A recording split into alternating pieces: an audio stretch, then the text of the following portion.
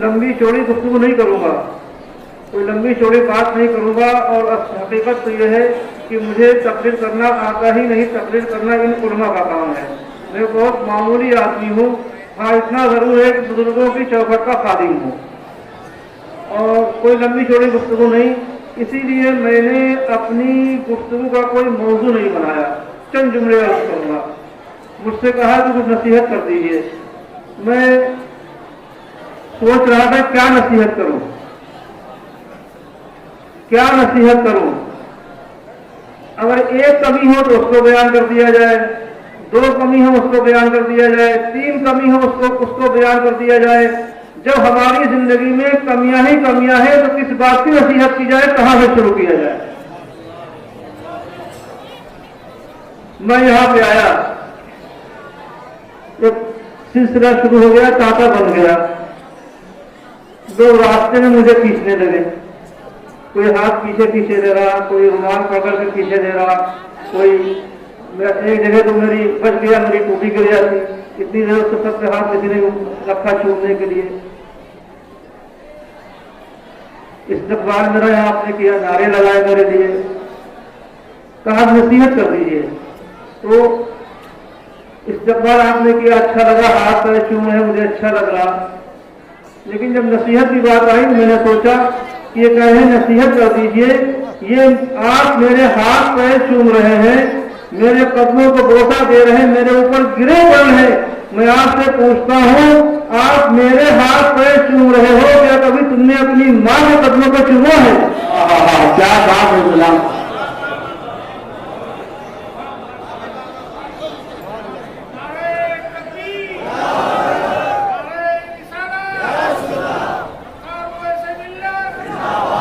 कहे नसीहत कर दीजिए। मैंने कहा ये मेरे हाथ में चूमा है, क्या कभी अपने माँ के कदमों को चूमा है?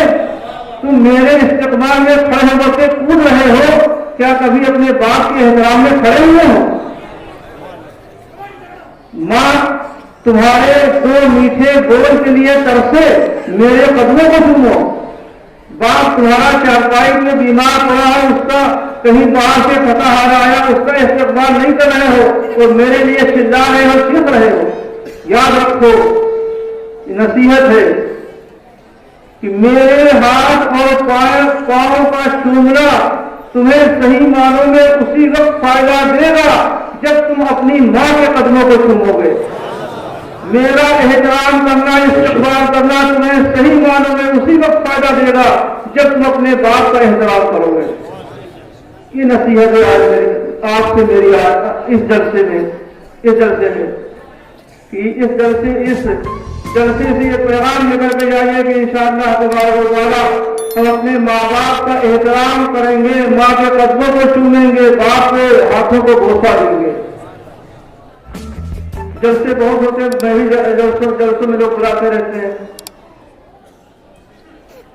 बहुत पैसा खर्च कर दिया तो जलसों में खर्च होता है, लाखों रुपया खर्च हो जाता है, दूर दूर से लोग बुलाया जाता है, आते हैं, खर्च होता है। लेकिन जलसों के बाद जब तज्जिया कीजिए, जायजा लीजिए कि हमारे गांव में, आपका इतना बड़ा गांव है, यहाँ कम से कम साल में 5 जलसे तो होते होंगे, है नहीं? मुहर्रम में जलसा, रबीउल अव्वल में जलसा, 11वें शरीफ में जलसा और रजब शरीफ में जलसा, और यूं ही जलसे हो गए, 4-5 जलसे तो हो ही जाते हैं। बड़े शहरों में 10-10, 20-20 सैकड़ों जलसे हो जाते हैं। लेकिन जब जायजा लीजिए कि जलसे तो हमारे गांव में 5 हुए, लेकिन 5 जलसों के बाद आप में क्या फर्क पड़ा, आपके अंदर कोई तब्दीली आई कि नहीं आई? तो पता ही चलता है कि जलसे 5 हो गए, लेकिन आप जहां से वहीं खड़े हुए हैं, आपके अंदर कोई तब्दीली नहीं, कोई बदलाव नहीं। इसका जिम्मेदार कौन है, बता सकते हैं आप? इसका जिम्मेदार कौन है? इसका जिम्मेदार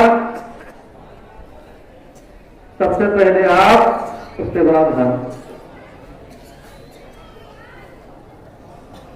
जलसे 5 हुए, कम से कम 5 नमाज़ें पढ़ जाते, जलसे 5 हुए, कम से कम 5 शराब से तौबा कर लेते, जलसे 5 हुए, कम से कम 5 जुआरी जुए से तौबा कर लेते, जलसे 5 में कम से कम 5 माँ बाप के नाफरमान, माँ बाप के फरमाबरदार बन जाते। पता चला कि जलसे 5 हुए, लेकिन शराबी जितने थे उससे बढ़ गए, नमाजी मस्जिद जितने थे उतने ही हैं, चुवारी जितने थे उससे बढ़ गए। जलसे 5 हुए, हमारे अंदर कोई तब्दीली नहीं, कोई बदलाव नहीं। इसकी वजह क्या है मुसलमानों? कभी सोचा आपने? इसकी वजह मैंने बताई थी। इसका जिम्मेदार पहले आप हैं, उसके बाद हम हैं। आप कहेंगे कि मैं जिम्मेदार कैसे हूं और आप जिम्मेदार कैसे हैं? तो मुसलमानों, जलसा आपने कराया, आपने सोचा कि मैं अपने जलसा कराऊं, दूर दूर से लोग आए और आने के बाद जो अपने घरों में लौट के जाएं और ये कहें कि फलां जगह मदरसे में जलसा था, वहां गए थे, बहुत अच्छा जलसा हुआ, खूब नारे लगे, खूब वाहवाह हुई, मौलाना साहब ने इतना हंसाया, मौलाना साहब ने हजरत आए थे प्रोग्राम से, उन्होंने ऐसी बातें कही, खूब आपने कहा मेरे जलसे का नाम हो जाए, अल्लाह ने आपके जलसे का नाम कर दिया। मैं यहाँ पे बैठा तकरीर के लिए, मैंने सोचा कि मैं ऐसी तकरीर करूं, इतनी अच्छी तकरीर करूं कि इसी जलसे में मुझे दूसरे जलसों की तारीफें मिल जाए, लोगों को मेरी तकरीर इतनी पसंद आए कि यहीं से दूसरे जलसे की तारीफ मिल जाए। तो पता चला आपने शोहरत के लिए किया, आपको शोहरत मिल गई, मैंने तारीफों के लिए किया, मुझे तारीफें मिल गई, यहीं पे हिसाब किताब बराबर हो गया। काश कि आपने जलसा इसलिए कराया होता कि हम जलसा करा रहे हैं, उलमा आएंगे, उनकी बातों को सुनेंगे तो हमारी जिंदगी बन जाएगी और हमारी आखिरत बन जाएगी। और काश कि हम ऐसी ये सोच कर बैठते कि मुझे अल्लाह ने जो इल्म नवाजा है, मुझे अल्लाह ने जो इल्म दिया है, मैं उन लोगों के सामने पेश करूंगा। अल्लाह ताला मुझे भी नेक तौफीक दे पहले, और उसके बाद जो भी मेरी बातों को सुने उसको भी नेक तौफीक अता फरमाए। तो इखलास की जरूरत है मुसलमानों। ये इखलास क्या है वो बताएंगे आपको, इसकी तफसील इस वक्त में नहीं कर सकता। अगर इखलास आपके अंदर है तब तो ये जलसा भी कबूल है, आपका यहाँ बैठना भी कबूल है, हमारा यहाँ आना भी कबूल है। और अगर इखलास नहीं मुसलमानों, तो आप आए यहाँ बैठे, मैं आया यहाँ पे बैठा, कुछ मैंने बातें कही, आप उठे चले गए, मैं चला गया, और हमारा आना और आपको यहाँ बैठना सब बेमकसद है। तो जो भी काम करें सिर्फ अल्लाह और उसके रसूल के लिए करें, उसकी रजा के लिए करें। यहाँ बैठे हैं जलसा कराएं उसकी रजा के लिए, यहाँ बैठे हैं अल्लाह रसूल की रजा के लिए, हम तकरीर कर रहे हैं तो अल्लाह रसूल की रजा के लिए। अगर हमारा दिल हमारा ये मकसद होगा तो आपका हमारा यहाँ बैठना मुसलमानों कामयाब होगा। यही से मैं अपनी बात खत्म करता हूँ। आखिरी बात जो मैं हर जगह कहता हूँ और जो कि मेरे पूरे मुर्शिद का हुक्म भी है। मेरे पीर मुर्शिद ने, मेरे बड़े अब्बा ने जब मुझे गद्दी पे बिठाया, मैं बिलग्राम का रहने वाला हूँ, मेरे जद्दे आला सैयद मोहम्मद साहिब दावती सुगरा वास्ती बिलग्रामी रज़ियल्लाहु तआला अन्हु, जो कि ख्वाजा साहब के ज़माने में ही तशरीफ लाए, ख्वाजा साहब के पास गए और उनसे कहा हुजूर मुरीद कर लीजिए। ख्वाजा साहब ने उनसे फरमाया सैयद मोहम्मद सुगरा साहब से कि तुम्हारा हिस्सा कुतुब के पास है, वहां जाओ। तो अजमेर शरीफ से दिल्ली आए ख्वाजा कुतुबुद्दीन बख्तियार काकी रहमतुल्लाह अलैह की बारगाह में।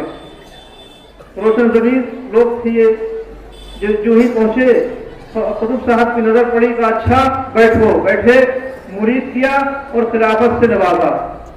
उसके बाद आप प्रोग्राम तशरीफ लाए और तशरीफ लाने के बाद यहाँ तबलीग दीन की और इंसानियत के पैगाम को आम किया और वही आपने सरबत नशीनी गोशा नशीनी इख्तियार की।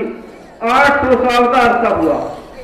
800 साल से जो सिलसिला चला आ रहा है अल्हम्दुलिल्लाह, उसकी एक कड़ी मैं भी हूँ।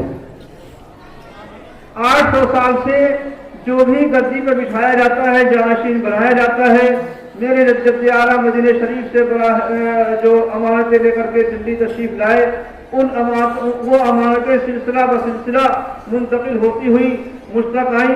जो भी गद्दी में बिठाया जाता है उसको जो विरासतें खानदानी चली आ रही शुरू से, वो उससे सुपुर्द की जाती है और उसके लिए हुक्म होता है कि तुम्हें ये अमानतें दी जा रही, ये अमानतें तुम्हारे सुपुर्द हैं। उसमें बहुत सी बातें ऐसी होती हैं जिनके लिए ये हुक्म होता है कि इन बातों का जिक्र किसी से नहीं करोगे, मैं तुम्हें दे रहा हूं, अपने सीने में इनको दफन कर लो, महफूज कर लो। और जब तुम اپنے بعد اپنی جگہ پہ کسی کو بٹھانا تو اس کے سپرد یہ کر دینا، اور کچھ باتیں ایسی ہوتی ہیں جن کے بارے میں یہ حکم ہوتا ہے کہ ان باتوں کو عام کرتے رہنا۔ بہت سی باتیں ہوتی ہیں جو لکھی ہوتی ہیں خاندانی شرائط کے شروع سے چلے آ رہے ہیں کہ ان باتوں کو، اور جو آدمی بیٹھتا ہے وہ کچھ اس میں اضافہ بھی کر دیتا ہے اپنی طرف سے۔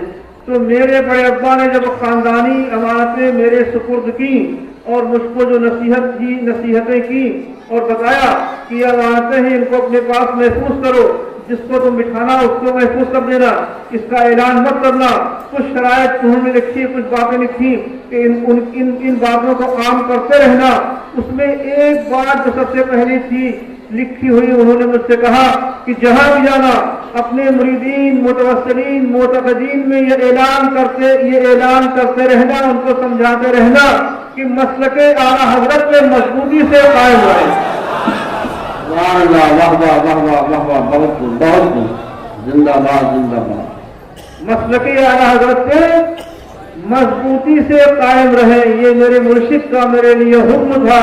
جہاں جاتا ہوں یہ اعلان کرتا رہتا ہوں، وہ میرے مریدین ہوں، متوسلین ہوں، معتقدین ہوں، چاہنے والے ہوں، کوئی بھی ہوں، سب میں یہ اعلان کرتا ہوں کہ مسلک اعلیٰ حضرت پہ مضبوطی سے قائم رہو۔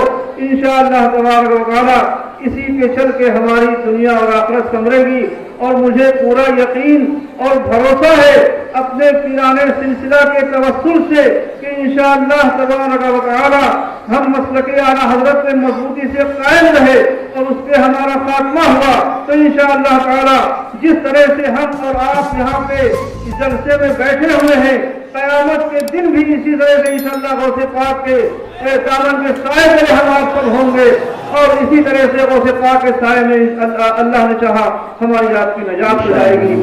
یہیں پہ تو مسلک اعلیٰ حضرت پہ مضبوطی سے قائم رہے۔ یہ مدرسے کا جلسہ ہے دستاربندی کا، اللہ تعالیٰ اس مدرسے کو خوب ترقی عطا فرمائے، اور جتنے بھی لوگ یہاں پہ حاضر ہوئے اللہ تعالیٰ سب کے نیک جائز مقاصد کو پورا فرمائے، جتنے سب کو تمام زمینی آسمانی بلاؤں سے مصیبتوں سے اللہ تعالیٰ محفوظ فرمائے، سب کو ایمان میں، عمل میں، کاروبار میں، رزق میں اللہ تعالیٰ خوب برکتیں عطا فرمائے۔ یہ بچے جو فارغ ہوئے ہیں اللہ تعالیٰ ان کو دین کا سچا خادم بنائے، اللہ تعالیٰ ہم سب کا خاتمہ ایمان فرمائے۔ وصلی اللہ تعالیٰ علی خیر خلقہ سیدنا محمد وآلہ وصحبہ اجمعین برحمتک یا ارحم الراحمین، لا الہ الا اللہ محمد۔ پہلے حضرت مرید فرمائیں گے، کپڑا لے لیجیے، جن لوگوں تک کپڑا پہنچ جائے کپڑا پکڑ لیں، جو کپڑا